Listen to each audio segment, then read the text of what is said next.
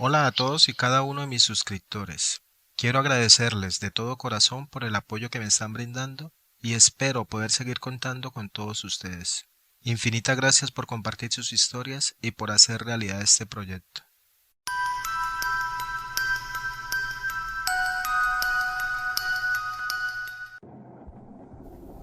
Lo que les estoy a punto de relatar, más que una historia, es una advertencia.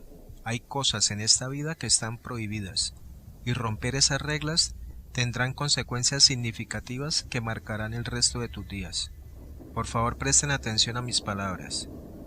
Les contaré un poco de mi historia. Esto tal vez será irrelevante para algunas personas, pero creo que es necesario que sepan mi historia con todos sus detalles desde principio a fin. Me considero una persona de mente abierta y muy madura. A mi corta edad he tenido experiencias que me han obligado a madurar rápidamente y ha hecho que vea la vida desde otro punto de vista. Con lo de mente abierta me refiero a que creo en la mayoría de las cosas que a la gente les parece tabú. Fantasmas, ovnis, viajes en el tiempo, proyecciones astrales. Cosas tal vez ridículas para algunos, pero como siempre digo, nunca hay que dejar de creer. A la edad de 9 años mi madre falleció.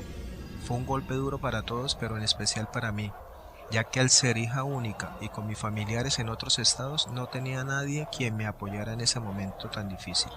Mi padre cayó en un fuerte alcoholismo, que gracias a Dios hoy ya lo superó.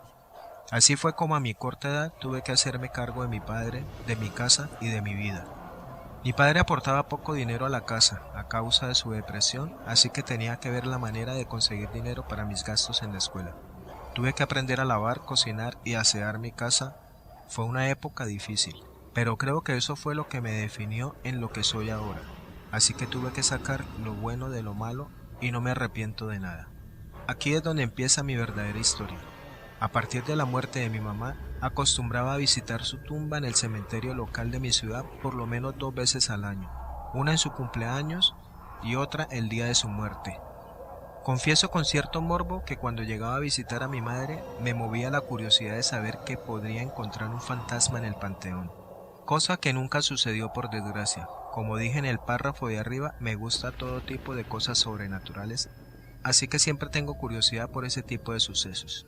A veces me arrepiento de este tipo de pensamientos por lo que pasó ese día, lo cual me dejó marcada hasta el día de hoy. Como de costumbre fui a visitar a mi madre. Limpié su tumba, le puse flores, le platiqué un poco de lo que sucedía en mi vida y otras cosas de ese tipo. Ese día el panteón estaba extrañadamente vacío. No había nadie cerca de donde yo estaba. Esto me inquietó un poco, pero no le tomé importancia. Cuando terminé mi visita apresuré a irme. Cabe señalar que el panteón está en muy malas condiciones. Hay tumbas abandonadas sin nombre ni señales de visitas. Tumbas sobre otras tumbas, incluso tumbas abiertas en donde se ve el ataúd. Continuando con mi relato, estaba buscando el camino de regreso a la salida, ya que es medio complicado de salir, cuando algo en el piso llamó mi atención. Junto a un árbol seco se encontraba un objeto brillante, algo antiguo y empolvado, que estaba medio enterrado. Lo tomé para saber qué era y resultó ser un anillo. Este anillo era de oro y con una gran piedra roja en medio. Supe inmediatamente que era antiguo porque a mi parecer estaba pasado de moda. Pero eso no impedía que el anillo fuera hermoso y lujoso, así que me llevé el anillo conmigo. No le comenté nada de eso a mi padre porque no quería que me lo fuera a quitar o algo parecido, así que lo escondí recelosamente para mí. Por mi mente pasaban muchas cosas. ¿A quién le habrá pertenecido el anillo? ¿Lo vendo o me lo quedo? Si lo vendiera, ¿cuánto me darían? ¿Qué haría con el dinero del anillo? En fin, el primer día pasó sin ninguna novedad. Lo curioso empezó al día siguiente. Me levanté muy temprano en la mañana para ir a buscar el anillo donde lo había escondido. Lo limpié con ácido para que quedara como nuevo y así se viera mucho más lujoso y me ofreciera más dinero en las casas de empeño. Mientras hacía eso, escuché pasos en el piso de abajo y supuse que era mi papá, que ya se iba al trabajo. Así que bajé a despedirme y me doy cuenta que no había nadie. Al parecer mi papá tenía rato que se había marchado. Bueno, pasé por alto ese hecho. Regresé a mi recámara. Cuando regresé veo que el anillo ya no está donde lo dejé. Lo encontré debajo de mi cama, cosa que sí me pareció extraña, ya que al ser de oro el anillo pesa, y el viento, que no había en ese momento, no lo puede mover tan fácilmente. Lo que hice fue recogerlo y guardarlo. Por hoy tenía suficiente con el anillo. Esa misma noche me sentía muy extraña, me sentía con miedo, escuchaba cosas como pasos, risas, respiraciones. Me sentía observada. Aclaro que no soy una persona miedosa, pero ese día vaya que quería salir corriendo. Terminé durmiéndome como a las 4 de la madrugada. No descansé nada, mis ojos estaban rojos e hinchados a causa del cansancio. De nuevo fui a buscar el anillo donde lo había guardado, y extrañada vi que no estaba. Pensé que a lo mejor mi papá lo había encontrado y se lo llevó, pero mi papá seguía dormido, así que descarté esa posibilidad. Regresé a mi recámara a buscar por todo el lugar y vi que debajo de mi almohada estaba el objeto brillante. ¿Cómo un rayo llegó ahí? ¿Habré dormido con el anillo debajo de mi almohada? ¿Acaso yo lo puse ahí y no lo recuerdo? Al tocar el anillo sentí algo que no olvidaré nunca. Sentí un gran odio y una gran rabia que hizo que mi corazón saltara de mi pecho. Lo solté inmediatamente tirándolo al suelo y no me atreví a recogerlo. Lo dejé en mi cuarto y me alejé de ahí. Tenía que tomar aire fresco y buscarle lógica a lo que me estaba pasando. No sé cuánto tiempo pasó desde que salí a caminar. Pueden ser minutos u horas. Lo único que sé es que caminé tanto que llegué al centro de mi ciudad, que está lejos de mi casa, y ya eran las 3 o 4 de la tarde. En una de las calles principales de la ciudad se encuentran los típicos vendedores ambulantes, los que venden dulces, los que te limpian los zapatos, en fin. Pero había alguien que me llamó la atención. Era una señora de aspecto extravagante, muy guapa por cierto. Ella no decía nada, solo observaba a la gente. Debajo de ella había un letrero que decía: "Te leo la mano y conoce tu futuro". Tonterías, dije yo, pero me ganó la curiosidad. Así que me acerqué a ella, le pregunté cuánto cobraba por leer la mano. Ella me respondió que dependía de lo que deparara el futuro. Entre un mejor futuro, más cobraba. Pensé, esta señora me dirá que seré presidente y me cobrará un ojo de la cara. Pero accedí. Mi curiosidad era más grande que cualquier otra cosa y me ayudaba a olvidar mi asunto con el anillo. Estaba impaciente por saber mi futuro. Cuando ni bien la señora tocó mi mano, me soltó y vi su cara de asombro o espanto quizás. Le pregunté qué pasaba. Lo único que hizo fue verme detenidamente y me dijo con una voz baja y profunda: "Hoy no te cobraré. Regresa otro día para saber tu suerte. Solo un consejo. Regresa el anillo que encontraste en el panteón". Mi cara estaba de absoluto asombro. ¿Cómo sabía del anillo? En este mundo no puede haber objetos, por más valiosos que sean, en los que sus verdaderos dueños ya no son de este plano astral. Ese anillo perteneció a alguien que falleció hace mucho y lo que más amaba en vida fue ese anillo por su valor material. Y no es por espantarte, pero el muerto está en tu casa tratando de recuperar lo que es suyo y no parará hasta obtenerlo. ¿Piensas que las cosas que están pasando están feas? Créeme, no has visto nada aún. Regresa al anillo donde lo encontraste y pídele a Dios que eso sea suficiente por haber despertado la ira de un muerto. En ese momento pensé, ¿es posible que esto me esté pasando a mí? Es decir, deseé ver algún día un fantasma, pero que un muerto enojado por su pertenencia más valiosa esté en tu casa queriéndote hacer daño es otra cosa, ¿no? Lo único que hice fue regresar a mi casa lo más rápido que pude, esperando encontrar a mi papá para explicarle todo y que me ayudara, pero no lo encontré. Solo había una nota que decía: "Regreso más tarde, salí a caminar. No me siento bien en la casa. Siento el aire pesado y me cuesta respirar. Creo que es porque fumo mucho. Te dejo dinero para la comida. Te quiere papá". Por Dios, estoy sola en esto. Bueno, tendré que acabar con esto antes de que pase a mayores. Subí a mi habitación y busqué el anillo debajo de la cama, pero esta vez al tocarlo, las cosas se pusieron serias. Las puertas se abrían y se cerraban, se escuchaban gritos, sentía como que me rasguñaban por todas partes. Había tanta ira en ese momento que no soporté más. Me arrodillé y pedí perdón por haber tomado el anillo sin permiso. Si me tocaba morir en ese momento, quería irme con la conciencia limpia, así que le pedí perdón a Dios por todos mis pecados. En cuanto acabé de rezar, todo se tranquilizó. Aproveché ese momento para salir corriendo con el anillo. Salí de mi casa con rumbo al panteón. Esto tenía que acabar hoy. Pero cuando me di cuenta, ya todo estaba oscuro. Eran las 8 de la noche aproximadamente.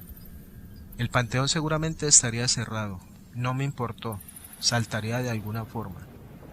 Llegué al panteón y con todo el valor que me quedaba, entré saltando el muro y vaya que es tétrico el panteón en la noche. Con mucha dificultad llegué al lugar donde todo empezó. Con mucha delicadeza dejé el anillo en el mismo lugar donde recuerdo haberlo encontrado y le pedí perdón al muerto nuevamente. Esperaba que me respondiera algo así como no te preocupes, que tengas bonita vida.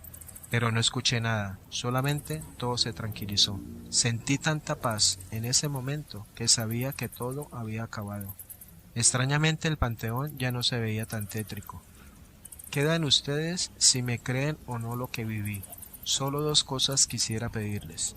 La primera, nunca le den tanta importancia a las cosas materiales. Hay veces que nos cegamos tanto con los lujos materiales que nos olvidamos de las cosas sencillas y hermosas que nos da la vida diaria. Y hay veces que el amor enfermizo por estas cosas superan la barrera de la vida terrenal y nos convertimos en esclavos de estos objetos. Y la otra cosa que les sugiero, nunca, y repito nunca, recojan algún objeto en el panteón.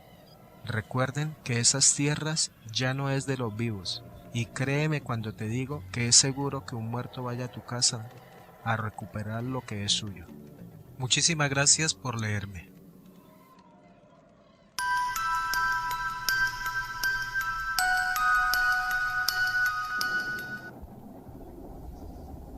Trabajé como guardia de seguridad en una quinta que está ubicada en Santa Catalina. Aún, hoy en día, cada vez que recuerdo lo sucedido, se me estremece todo el cuerpo. Tenía un compañero de nombre Jorge Cárdenas, mi tocayo. Él era el encargado del turno de día y me entregaba la guardia en la noche. Un día que hacía mucho frío, era los últimos del mes de noviembre. El viento estaba muy fuerte. Ese día me dijo Jorge: oye, tocayito, el último trabajador va a salir como a las 9:30 para que te pongas al tiro. Y yo le dije, está bien, estaré al pendiente, y así pasó. Me fui al comedor a prepararme un café, enseguida fui a la oficina de dicho trabajador y le llevé uno, y este me dijo: gracias, guardia, por el café, usted es muy buena gente. ¿No le da miedo, guardia? No, para nada, Dios está conmigo. Él se rió. Le pregunté, ¿de qué te ríes? No, de nada, guardia. Duró un rato ahí conmigo, después se levantó y me dejó un lonche para que me lo cenara y después se cambió de ropa y se fue. Entonces cerré los vestidores, di mi ronda cerrando portones, chequé todos los detalles que me tocaban, di el último reporte de las 11 p.m. como todo guardia. Estaba muy cansado y me dormí. A eso de la 1:40 de la madrugada me desperté. Tenía muchísimo frío. Me puse a dar mi segunda ronda y me llevé mi lonche para calentarlo. Iba silbando, con mi lámpara prendida para que no me diera miedo, cuando de repente vi un gato amarillo, lo espanté y se fue. No me dio tanto miedo, solo un poco de escalofríos, y pensé, primero Dios. En eso se viene un viento helado, y como en esa área donde estaba hay una palma, esta se movía y me daba un poco de impresión al verla. Bueno, pues ahí, bajo la palma, había una banquita como en los parques. De pronto veo una silueta, y fijando bien la vista, vi a un niño de cabello rubio como de unos 8 años. Se me hizo raro, pero como lo vi normal, tan real, solo me acerqué a decirle: oye niño, ¿cómo te llamas? No me contestó. Pregunté de nuevo: ¿por dónde te metiste? ¿Por dónde brincaste? Y él se veía muy serio. ¿No tienes frío? Movió la cabeza asintiendo, y como yo traía una chamarra negra de piel, enseguida me la quité y se la puse. Entonces le seguí preguntando: ¿dónde vives? Él no hablaba, solo apuntaba hacia unas tablas que estaban tapadas a unos 10 metros de allí. Entonces se me puso la piel de gallina y le dije: toma mi lonche y café, come. Vi cómo se lo comía. Le dije: ya es muy tarde, ahora sí me puedes decir dónde vives. Él volvió a señalar las tablas grandes que estaban ahí. Hoy no sé si aún estén. Quise prender la lámpara y ésta ya no encendió. Pensé en comunicarme con el supervisor para reportarme y mi radio tampoco funcionó. Luego pensé en llevar al niño a la caseta y preguntar quién le conocía. Entonces, en esos segundos que perdí de vista al niño y volteo rápido, ya no está. Volteo a un lado mío y estaba mi chamarra negra. La agarro y bajo de esta estaba el lonche. Agarré mis cosas y empecé a correr despavorido. Casi no tenía fuerzas. Lo peor es que alcancé a ver que el café estaba justo por las tablas grandes que el niño señalaba. Allí dejé el café y seguí corriendo hasta la caseta. Tenía la luz prendida y en eso me suena el radio. Era mi supervisor Daniel. Me regañó y me dijo: «Te quedaste dormido. Ya tengo más de media hora afuera y no contestas». Le dije: «No, qué raro». Pero lo más raro es que también la lámpara prendió. Le conté lo sucedido, no me dijo nada, solo me dijo: «Hablamos mañana». Al día siguiente llevó a otro guardia porque mi compañero ya no iba a ir. Llegó el supervisor como a las 8 de la mañana, me llevó a la oficina del gerente y ahí me mostró la foto de un niño y me preguntó: «¿Este es el niño que viste?». La vi con sorpresa y le dije que sí, que ese era el niño que en la noche anterior estaba sentado conmigo ahí en la banquita. Me dijo el supervisor: «Ese niño hace más de 40 años murió ahogado en una noria de agua que está tapada justo ahí donde están las tablas». Me quedé helado al escuchar a mi patrón y le dije: «Jamás vuelvo aquí a este lugar». Desde entonces jamás volví a trabajar de guardia. Después fui por mis cosas y hablé con el jefe de ahí. Le conté lo que me pasó. Se portó muy bien conmigo al platicarle lo sucedido y él me dijo que el niño era de una familia anterior a los nuevos dueños.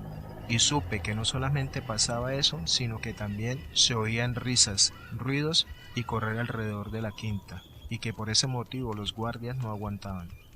Por cierto, haciendo memoria, esto pasó un 26 de noviembre del 2006.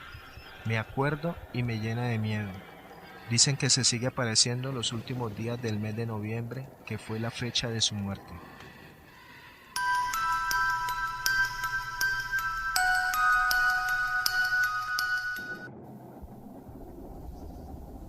He escuchado incontables historias acerca de fenómenos paranormales. No les voy a mentir, antes era completamente escéptico de estos temas, pero después de lo que me contó el abuelo y después de haber corroborado parte de esta historia por mí mismo, mi postura cambió por completo con respecto a estos fenómenos, y quién sabe, tal vez su postura también cambie después de escuchar lo que les voy a contar. ¿Creen ustedes en los nahuales? El abuelo viene de un pueblo pequeño, donde se rumora abundan las brujas, los nahuales, los chaneques. Es de estos pueblos donde esas criaturas prácticamente alimentan las leyendas. El caso es que para ese entonces mi abuelo tendría unos 18 años y su familia tenía una pequeña tienda de abarrotes en el pueblo. Por tal motivo conocían prácticamente a todos los habitantes del lugar, desde el líder de la comunidad hasta el borrachito que se amanecía en las bancas del parque.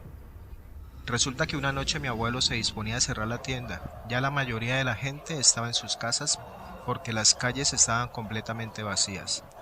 De repente mi abuelo se dio cuenta que la calle se iluminó de golpe.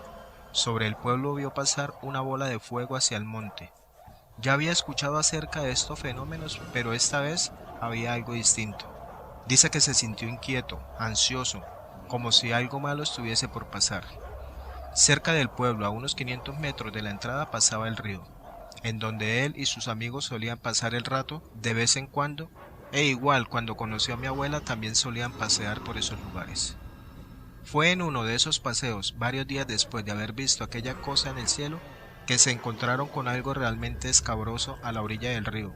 Parecía estar tirado algo, un bulto, que al acercarse dejaba en claro que se trataba de una persona, de un muerto. El cuerpo estaba hinchado como si llevara ya días ahí en la intemperie. La piel estaba completamente morada y no tenía rostro. Era como si algo se lo hubiera arrancado y para rematar le faltaban parte de sus extremidades. Mi abuelo rápidamente tomó a la abuela del brazo y corrieron de vuelta al pueblo para avisarle a todos lo que habían visto. Al llegar toda la multitud se preguntaban a quién pertenecía aquel cadáver. No había manera de reconocerlo, al menos no a simple vista, y menos por el estado de descomposición en el que estaba. Sin embargo, el abuelo alcanzó a reconocer la cadena que traía puesta aquel hombre. Era de Diego, un amigo del abuelo que era unos cuantos años mayor que él. Llevaban días sin verlo, pero eso no era raro en él, puesto que sabía cortejar a varias de las señoritas de los municipios vecinos, razón por la cual a veces se perdía por días. La gente entonces empezó a especular.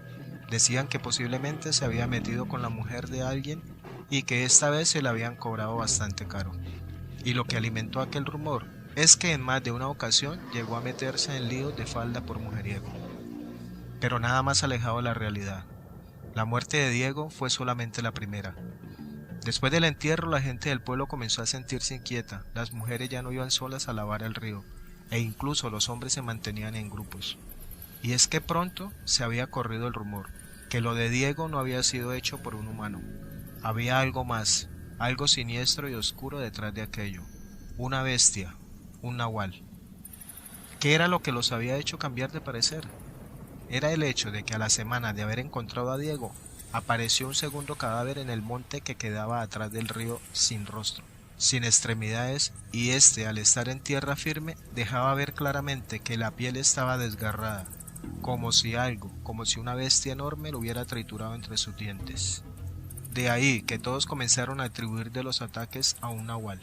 Una noche mientras todo el pueblo dormía escucharon gritos, gritos que venían de las calles. Los gritos pertenecían a don Anselmo, un borrachito que se la pasaba bebiendo a orillas del río.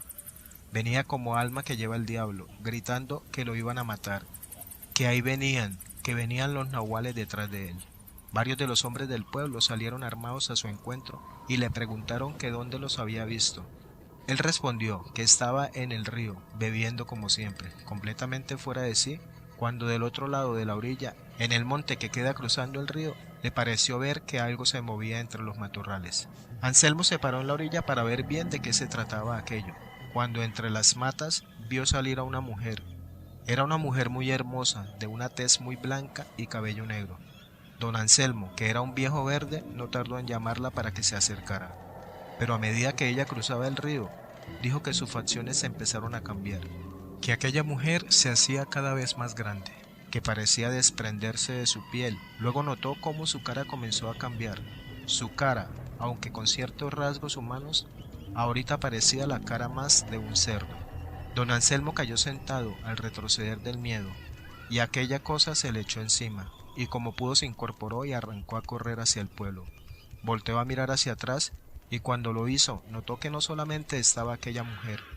Al otro lado habían otras tres figuras bastante altas.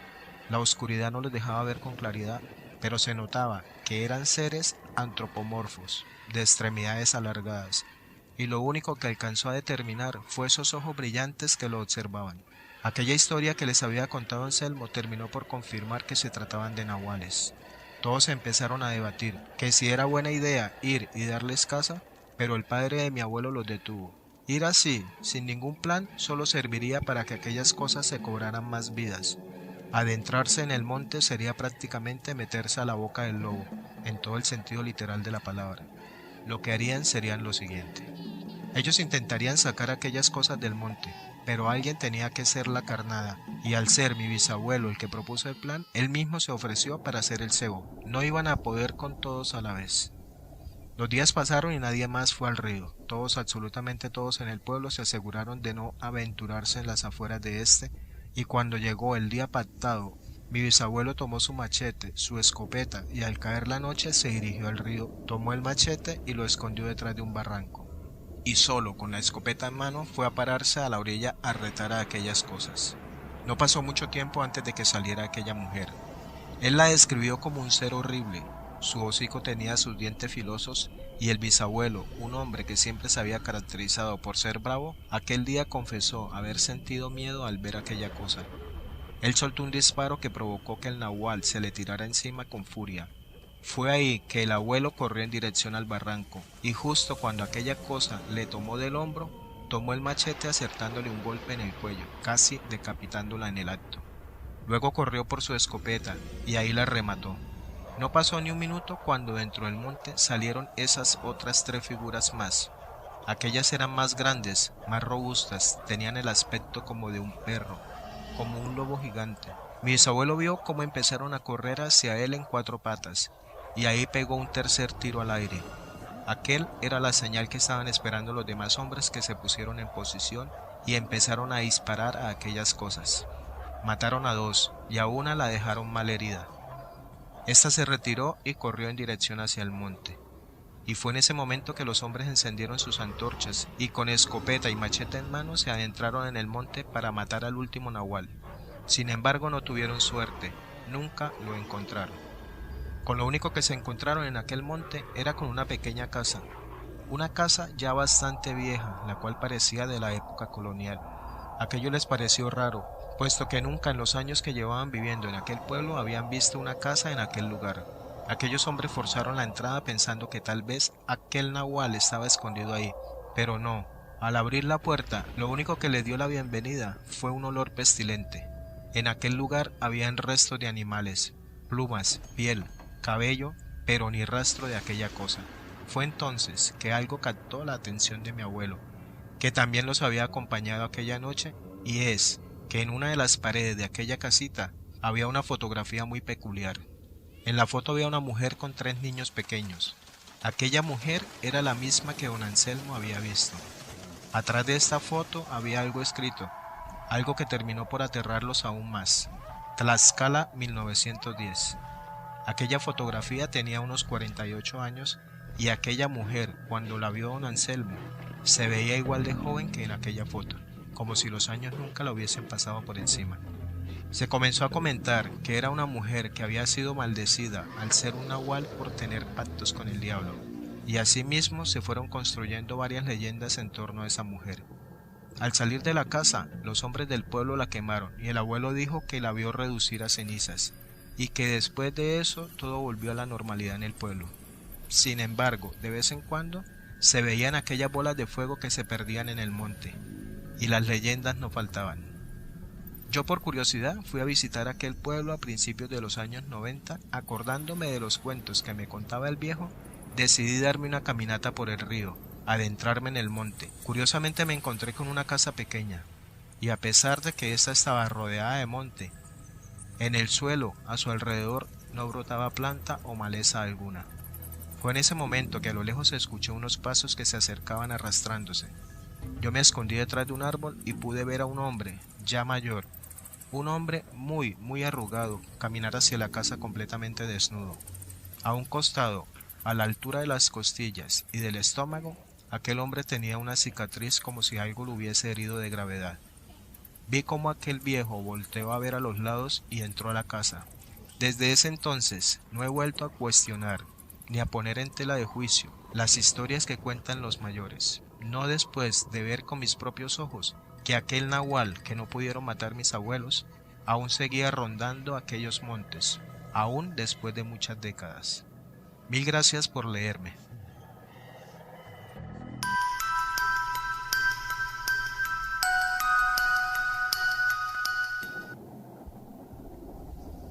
Me tumbé junto a la piscina para perfeccionar mi bronceado para el comienzo de las clases del próximo mes. Mamá estaba en la cocina cocinando sus famosos fettuccini. Alfredo y papá estaban de camino a casa con una película de Redbox. Mi vida era perfecta, pero todo estaba a punto de cambiar a causa de la llegada de un nuevo vecino. Era un antiguo oficial de policía, probablemente tendría unos 50 años. Tenía la firme apariencia de un sargento de instrucción, pero era muy amigable y hablador. Al principio parecía un buen candidato para el vecindario. Era cordial y siempre hacía un esfuerzo por saludar o decir hola. Además, la presencia de alguien con experiencia en la aplicación de la ley proporcionaba una sensación de seguridad. Pero las cosas empezaron a enredarse rápidamente y yo parecía ser el catalizador. Mi vecino se interesó por mí de repente. Cada vez que salía podría sentir sus ojos examinándome. Siempre se acercaba y trataba de iniciar conversación conmigo, pero tan pronto como escuchaba o veía a mis padres se marchaba. Me preguntó si tenía alguna cuenta en las redes sociales, cuando mentí y dije que no. Me preguntó si podía hacerme una foto y antes de que pudiera responder me tomó una sin mi permiso. Me sentí completamente nerviosa y asustada por sus intenciones, por lo que sabía podíamos tener un asesino o pedófilo viviendo a pocos metros de nuestra casa. Sabía que necesitaba saber más, así que una noche apunté mi telescopio a su ventana y lo que vi solo amplificó las alarmas que sonaban en mi cabeza. Este hombre estaba obsesionado con mi foto en su teléfono e incluso pude ver una pequeña pila de fotos en su mesita de noche. Se me congeló la sangre. Todo esto confirmó mi miedo, debía de ser un pedófilo. La noche siguiente lo vi fisgoneando a hurtadillas en nuestro cubo de la basura. Observé con horror e incredulidad cómo levantaba uno de mis tampones usados. Entraba en su coche y huía en la noche. Esto fue la gota que colmó el vaso. Sabía que por la mañana tendría que alertar a mis padres y ponerme en contacto con la policía. Me desperté con el sonido de las sirenas de la policía y una gran conmoción en el piso de abajo. Salté de la cama y vi cómo se llevaban a mis padres esposados. Comencé a gritar y a llorar mientras corría hacia la puerta, pero el vecino me detuvo. Con una expresión de horror murmuró: «Lo siento mucho, esos no son tus verdaderos padres.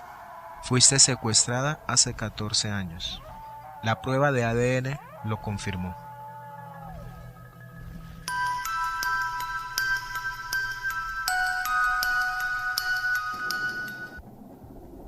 Eran las 12 del mediodía y mi madre se estaba preparando para el trabajo. Tengo una hermana menor y para ayudar a mi madre hay días que cuido a mi hermana. Cuando terminó de arreglarse se fue y dijo que volvería por la tarde. Yo me frustré un poco, porque mi hermana andaba muy inquieta y aunque era muy pequeña ya decía palabras, y en ocasiones me inquietaba porque hacía como si hablara con alguien y nunca había nadie. Estaba bastante cansada ese día, le encendí la televisión a mi hermana y así se entretenía para que no me molestara. Me fui a acostar al sofá y a escuchar música con mis auriculares.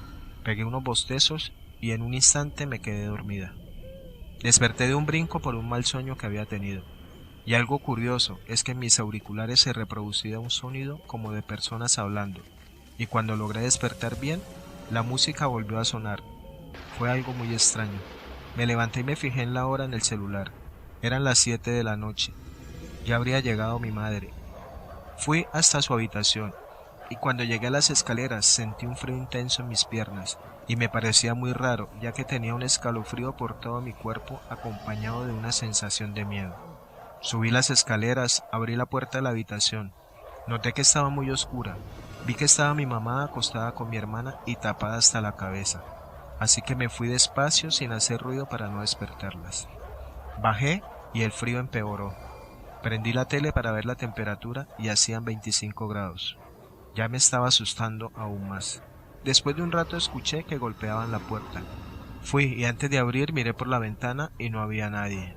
Pensé que alguien me estaba jugando alguna broma. Entonces abrí y encontré tirado en el piso una sábana bastante larga. Era muy extraño, ya que parecían las que tenía mi madre en su habitación. Pero me asombré cuando noté que tenían manchones de sangre. Asustada la arrojé. Cerré la puerta inmediatamente y me quedé en silencio, congelada por el miedo y el frío, hasta que escuché el ruido de la llave abriendo la puerta. Quedé impactada. Era mi madre. Subí rápidamente y mi hermana estaba sola y profundamente dormida. Lo único que me acuerdo de ese día fue que no le dije nada y me fui traumatizada a mi habitación. Siempre dudé de quién o qué era lo que estaba durmiendo con mi hermana, porque sinceramente parecía mi madre.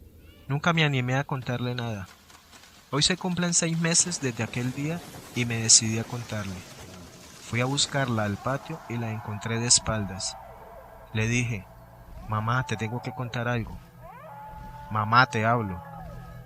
No me respondió. Me di cuenta que estaba algo ocupada, colgando una sábana manchada de sangre.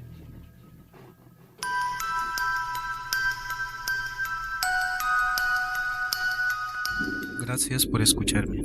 Y recuerda, si lo sientes a tus pies, está a tu cabeza.